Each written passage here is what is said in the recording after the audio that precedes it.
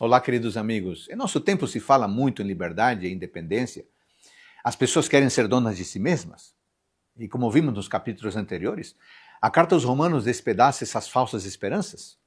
O 7º capítulo prossegue explicando a dinâmica da servidão e da liberdade em relação à natureza humana. Nele, entendemos que Deus quer fazer de nós novas criaturas e nos separar completamente do mal, e por isso nos oferece uma nova vida.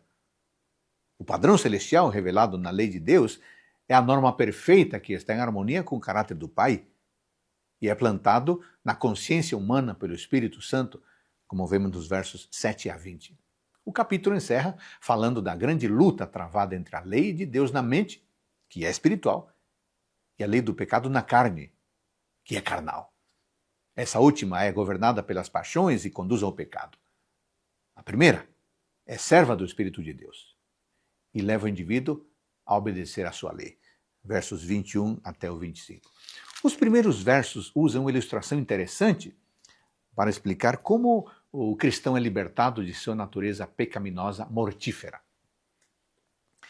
Num casamento, duas pessoas estão ligadas uma à outra, pelo menos até a morte de um dos dois. Quando vivíamos casados com o mal por meio de nossa natureza pecaminosa, éramos completamente servos de nossos desejos. Mas o apóstolo explica que a obra expiatória de Cristo possibilita que sejamos mortos e ressuscitados para uma nova vida, que não mais esteja comprometida com o mal. Agora somos livres para servir a Deus. Para desfazer qualquer confusão na mente dos que receberiam sua carta, o apóstolo Paulo explica que obedecer à lei de Deus não é errado. Muito pelo contrário. Ele já havia dito que estar debaixo da lei é estar sob sua condenação pelo fato de viver dominado pelo pecado. Agora explica, nos versos 7 a 20, que a função dos mandamentos é declarar a vontade de Deus, mostrando as implicações da desconformidade a eles. Sem a lei, não podemos saber o que é o pecado, pois a lei aponta para o caráter santo e puro de Deus. E quando, depois de perdoados, é para essa lei que o Espírito nos conduz, a fim de sabermos como devemos viver em novidade de vida. Paulo cita o 10º mandamento da lei, conforme Êxodo 20, evidenciando que todos os 10 expressam a norma perfeita da justiça divina. O verso 12 apresenta esse argumento afirmando que a lei é santa e o mandamento santo, justo e bom. O problema é que a lei é espiritual, eu todavia sou carnal, vendido ao pecado e à escravidão. Como essa terrível luta irá terminar? Embora tenhamos recebido a lei de Deus na mente, o que nos possibilita reverenciar sua vontade e querer realizá-la em nossa vida, o fato é que a lei do pecado na carne ainda permanece latente em nós, tentando nos enfraquecer e nos levar de volta à escravidão de nossas paixões. É nesse contexto de conflito do homem interior que Paulo profere as famosas palavras registradas no versículo 24. Desventurado o homem que sou, quem me livrará do corpo desta morte?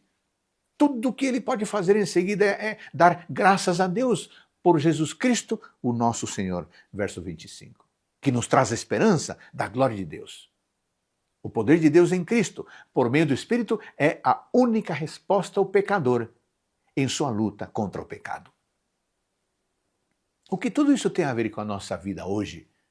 Bom, em primeiro lugar, a obra de Deus em nós nos liberta do poder que o pecado tem de nos escravizar.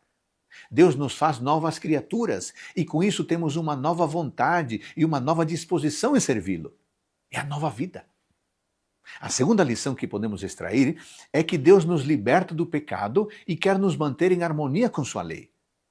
Não há nada de errado com a lei de Deus, mas sim conosco. Não devemos lutar contra a validade dos 10 mandamentos, mas sim contra a nossa natureza que nos arrasta para longe da vontade do Senhor. E, finalmente, devemos ter a consciência da luta que há em nós. Nunca desistir de lutar contra a lei do pecado. Não se contente em confessar grandes pecados ao seu Deus. Enfrente esses pecados ao lado do grande Deus que lhe oferece perdão para vencer. Amigo, em Cristo há plena liberdade. que você desfruta dessa liberdade de ser obediente ao Pai Celestial. E que o Espírito Santo agindo em você, leve você a cumprir a vontade do Pai, conforme os seus mandamentos. Amém.